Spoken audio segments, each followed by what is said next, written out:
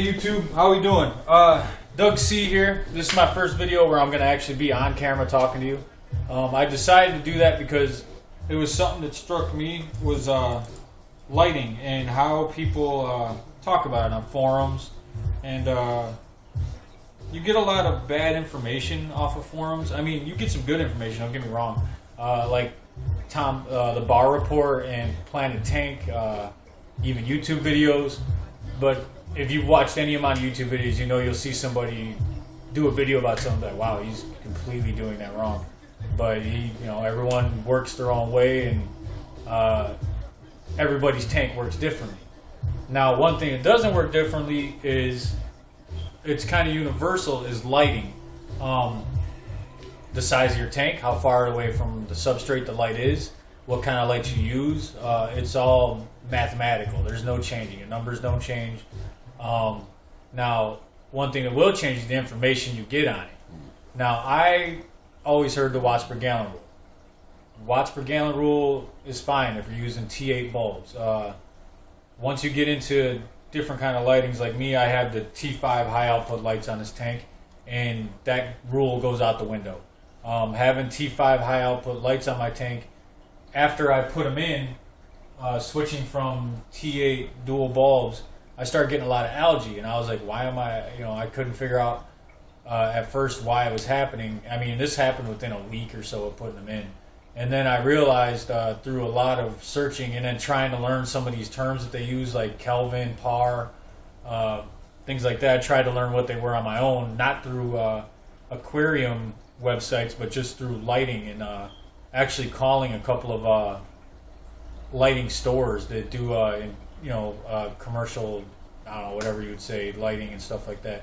But you move past the watts per gallon rule once you go into T5 high output lighting. And once you do that, then you're going to have to move into doing CO2 to keep up with the light so you don't get algae. And then once you do CO2, in order to keep your plants from getting nutrient deficiency, you end up having to do nutrients too, which is, either your C-Chem, Flourish and things like that. But you're going to need more than that. You don't just need the Flourish. You have to do potassium and nitrate. And then if you are doing CO2, you also have to worry about the carbon hardness of your water and the effect of the pH swings. And it's a real thin line where you get started where you have to completely go high tech. Now you can stay below that with T5 high output lights. You just use one bulb or stay with the T8 bulbs. It's just you have to be careful of the line you cross over when you start having to put more and more into your tank. I wasn't really planning on going into high light tanks. I was low light before, I was okay, but I wanted to get some different plants, so I moved into getting the higher lights. When afterwards I found out that I was actually running at I thought it would be 104 watts, which would put me at 2 watts per gallon, that type of deal. But it actually put me in the high light category because I'm not going to raise my lights over my tank 6 inches above it because it's just going to look like a spotlight in the middle of my living room. So it's going to stay on top of the tank. And I built around the light. You can build everything. You can build your light around your tank, which is the best way to do it. I did it backwards, and that's just how it worked out. Now, as for lighting, you hear a lot about Kelvin ratings and color spectrums and stuff like that. Now, they're pretty easily marked, especially on.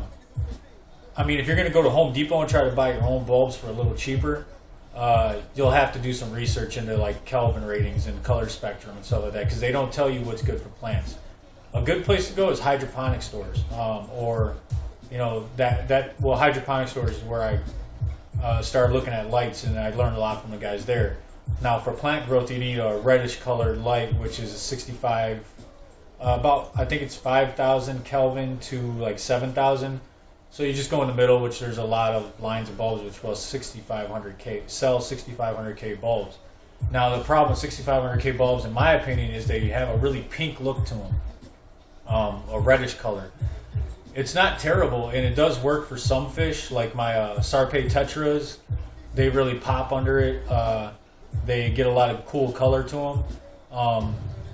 but the substrate will turn pink. I mean, I have sand in mine, depending on what you have, but it'll make everything in your tank look pinkish, which works well for like my tiger lily or the Ludwigia repens. They have a reddish color to them. But other plants would look kind of pinkish too, like my swords and compactas,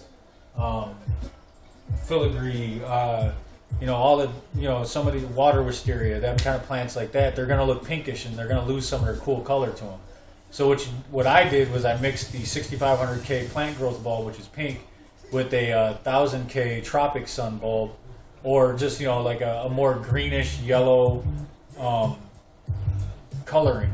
And it even has a little bit of blue in it too. So you look at on the side of your light, it'll have a little graph with a bunch of little spikes on it. Look for ones that have the spikes, and you get one bulb that's in this reddish spike, and another one that's in the blue to red, yellow spike. And you get a different color match. And I think it works well with the 1000K and the 6500K bulbs mixed. Gives you a cool color combination, and the plants and everything enjoy themselves. They're going to grow well underneath it. But that's my ideas on lighting. If you have any other questions, or if you have some other information that I don't have that I'm not sharing, because I'm trying to get this information to the person that's, I had fish tanks for a while, and it wasn't like I was new to it, but I also was new to the high-tech stuff. So everyone throwing out like high-tech terms at me wasn't helping me. It's like going from pre-algebra to calculus and skipping the algebra class. So if you're in the same situation as me, do your research and figure it out, and don't take everything they say, because you get a lot of people that are high light tank people that like to talk like they're scientists. I mean, we're still at home doing this. It's a hobby, not a profession. So for those of you that want to move into the highlight, do your own research and figure out, try to break it down yourself, so you're not just taking everything they say to be gospel. You want to take everything they say with a grain of salt and get what works for your tank, because your situation is going to be different, especially mine. You can see here I have I'm actually getting new drapes for this, but I get a lot of light in my living room and during the day, which on this side of the tank from about here to here, it runs across it in the afternoon, and I'll get algae that grows more here than there. So, I mean, obviously my tank is going to be different than yours, which might have sunlight that runs across the other side, or you don't get any sunlight at all. Just, do your research, see what works for your tank, and you can always change things. You don't have to be stuck with what you want, what you have now. Granted, money is going to keep you from changing things, because you don't want to go spending $200 on lights and then be like, oh, these aren't working, and throw them away. I mean, I had a $85 lighting system that I sold for only $30, so you're not going to get your money back on it. It's a hobby, not a for-profit system, unless you're doing something that I'm not doing and you're making money off it. Let me know, because I could always use money. But that's about it. That's all I got for today. And you guys enjoy your weekend. Happy St. Patty's Day. I'm not Irish, but I do like a little corned beef and cabbage and stuff like that. So that's what I'm gonna be doing this weekend. Go watch the river get turned green in Chicago. Now, another thing I wanted to say was YouTube Fish Keepers. Great site on Facebook. Great page on Facebook. I wanted to tell the guys on there that I did enjoy my all the information I got from them, and I gained a lot of subscribers from being on that page. But I decided to delete my Facebook. I got rid of it just because it was taking up too much time with between my fish tanks, spring coming, which means golf for me. I'm a big golf guy, and also the kids are starting. I got 3 kids, and they're starting to do the summer sports, spring sports, stuff like that. So time's going to be crunched. So I decided to get rid of my Facebook to save a little bit of time. Found myself with my nose in my phone too much, and I do have a large nose, so it gets pretty far into my phone and playing with Facebook. And I'm going to still keep up with my videos, try to keep up once every 2 weeks, throw a couple videos in every once in a while, things that I'm feeling need to be talked about with the fish tanks and the hobby. So you guys have a good weekend. Check out YouTube Fish Keepers Facebook page. I'll talk to you soon. Have a good weekend. I clean my tank, and I think my whiptail likes me because he won't let go. Oh, there he goes. Okay.